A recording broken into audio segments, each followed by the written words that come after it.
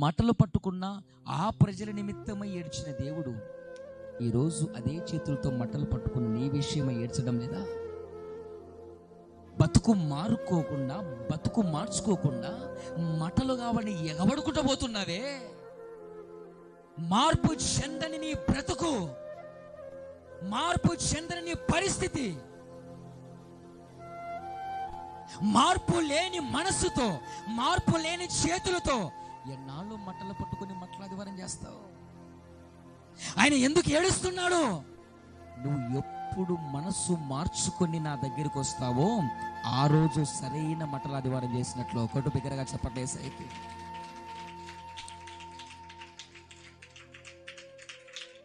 ఎన్నాళ్ళు నీలో నూతన తత్వం రాకుండా, ఎన్నాళ్ళు నూతన సృష్టిగా మార్చబడకుండా ఎన్నాళ్ళు ఆచారబద్ధకమైన మట్టలు పట్టుకుంటావు? ఎన్నాళ్ళు ఆచారబద్ధకమైన మట్టలాదివారం చేస్తావు?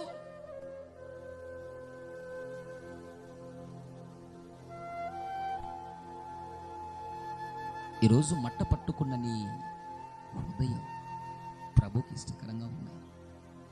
ఈరోజు మట్ట పట్టుకొని నేను చిన్నప్పుడు కళ్ళతో చూసింది. నేను కించపరచడం లేదు, ఎవరిని హేళన చేయటం లేదు, ఏలెత్తి చూపించడం లేదండోయ్.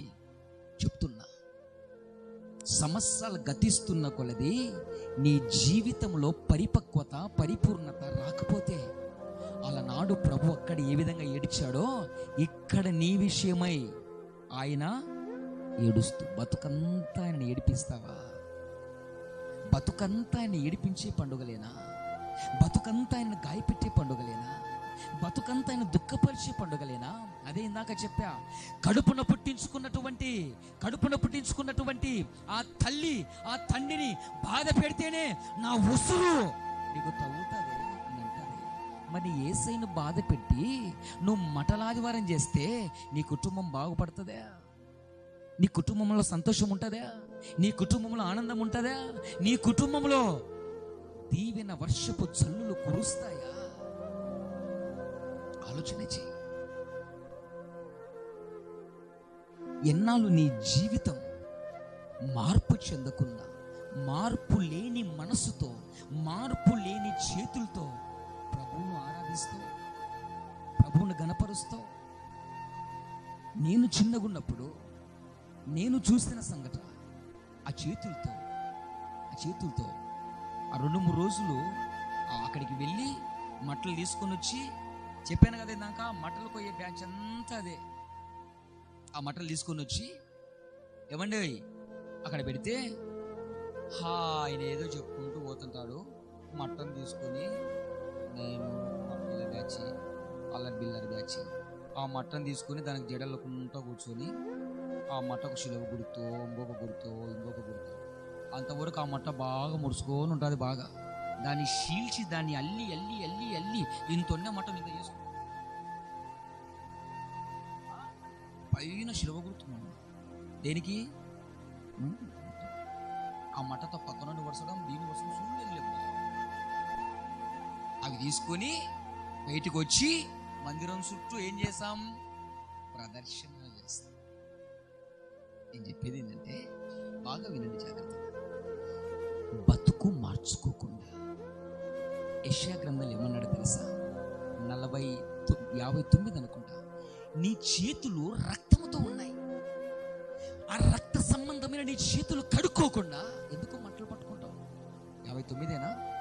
యెషయా గ్రంథం 59 చూడండి ఒకసారి. డైరెక్ట్ పాయింట్లోకి వెళ్ళిపో.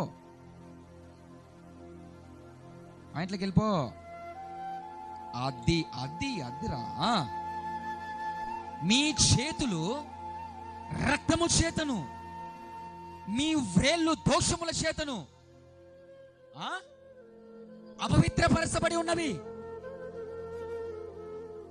నీ పెదవులు అబద్ధాలాడుతున్నాయి. నీ నాలుక కీడును బట్టి మాట్లాడుతుంది. ఆలోచన చేయి. రక్తసిక్తమైన చేతులతో, రక్తసిక్తమైన వేళ్లతో, కపటమైన నోటితో ఎన్నాళ్ళు ప్రభువును ఆరాధిస్తావు? ఎన్నాళ్ళు మట్టలాదివారం చేస్తావు? ఎక్కడ నీ బతుకుల్లో పరిపూర్ణత, ఎక్కడ నీ బతుకుల్లో పరిపక్వత, ఎక్కడ నీ బతుకుల్లో నూతన తత్వం? ఎన్నాళ్ళు వేషధారిలాగా మట్టలు చేత పట్టుకొని వేషాలు వేసుకుంటూ తిరుగుతావు? ఏంటి, ఎందుకు జరిగింది అది? అదే ఆచారంగా వస్తుంది. చేయి, నేను కాదని చెప్పనే. దాని వెనకాల ఒకసారి చూడు, చరిత్ర ఏముందో దాని వెనకాల చూడు. ఇదే చూస్తున్నావు, దారి పొడుగున బట్టలు పడిసే చూస్తున్నావు, చేతికి మట్టలు పట్టుకునే చూస్తున్నావు. కానీ ఆ గాడిద మీద కూర్చున్న యేసయ్య మనస్సు ఎప్పుడు అర్థమవుతుంది నీకు? ఆ గాడిద మీద కూర్చున్నటువంటి ఆయన ఏడుపు నీకు ఎప్పుడు తెలుస్తుంది? ఎందుకు ఏడుస్తున్నాడు? నీ బతుకే బాగలేదని.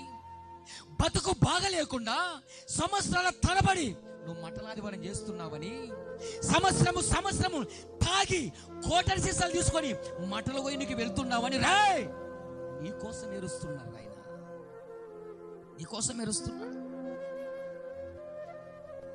మనం చెప్తున్నాడు, ఆటో తీసుకొని ఆ మట్టలకు వచ్చారట. రావడం కొంచెం లేట్ అయింది. ఈ లోపు మొత్తం పీప లేపేశారు. కైపు ఎక్కువైంది. ఒకరినొకరిని అనుకొని ఎవరిని మట్టలు వాడు తీసుకొని ఆటో గెలిపినాడంట.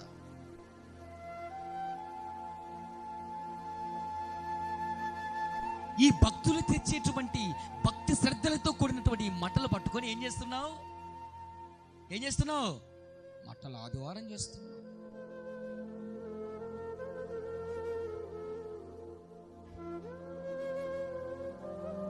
ఆయన ఎందుకు ఏడుస్తున్నాడు తెలుసా? ఆయన ఏడుస్తుంటే నువ్వు కింద ఉండి మట్లాదివారం చేస్తావా? దావీదు కుమారుడా చేయమంటావా? నీ చేతులు శుభ్రం చేసుకోకుండా, నీ హృదయాన్ని శుభ్రం చేసుకోకుండా, నీ నోటిని శుభ్రం చేసుకోకుండా, నీ నడినెత్తి మొదలుకు నరికాల వరకు సమస్త దేహ అవయవాలకు శుభ్రత లేకుండా, అపరిశుద్ధమైన చేతులతో, అపవిత్రమైన పెదవులతో, కపటమైన నోటితో ఎన్నాళ్ళు మట్టలాదివారం చేస్తావరా నాయనా?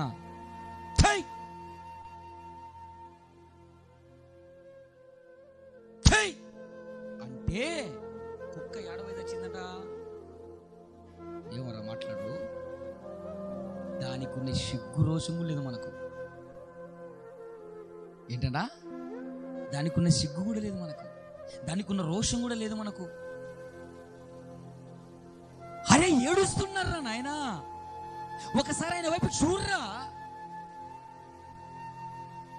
అసలు నువ్వు అడుగు, ప్రభువా ఇదిగో ఈ మాటలు ఇప్పుడు చదివాం కదా, మా దైవజనుడు చెప్పాడు కదా, నువ్వెందుకు ఏడుస్తున్నావు?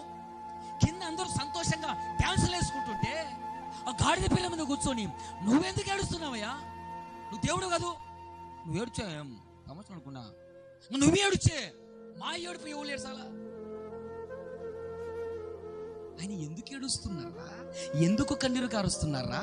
సంవత్సరాల తరబడి నీ బతుకు మార్చుకోకుండా మటలాదివారం చేస్తున్నావని నీకోసం ఏడుస్తున్నాడు. చెప్పండి కొట్టి ప్రభు నామాన్ని గణపరుచు.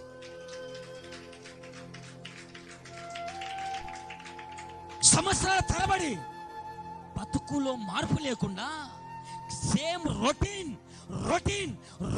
మటలాదివారం చేస్తున్నావు. నీ బతుకు ఎప్పుడు మారుతుంది అని మటలాదివారం వెనక నీకేమో మటలాదివారం అంటే సంబరం. కానీ ఆ మటలాదివారానికి ప్రభు ఏం చేస్తున్నాడు? ఏడుస్తున్నాడు. ఎన్నాళ్ళు ఆయన ఏడిపించి నువ్వు మటలాదివారం చేస్తావు? ఎన్నాళ్ళు ఆయన ఏడిపిస్తూ మట్ట చేత పట్టుకుని నీకై నువ్వు సంబరాలు తీసుకుంటావు? అక్కడ రాయబడిన మాట ఒకసారి నీ చేతులు చూసుకో, ఒకసారి నీ హృదయం చూసుకో ఏ విధంగా ఉందో. మట్ట పట్టుకొని ప్రభువుని ఆరాధిస్తున్నా ఓ మట్ట ముఖమోడా, ఓ మట్ట ముఖందనా, నీతోనే మాట్లాడుతున్నా లైవ్లో.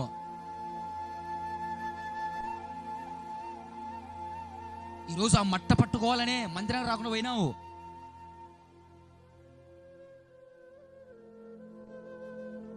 ఆ మట్ట ఏ విధంగా పట్టుకోవాలో తెలుసుకో. సంవత్సరాల తరబడి మట్లాదివారం చేస్తున్నావు, నీ బతుకు మట్ట పట్టుకోవడానికి చేత కాదు.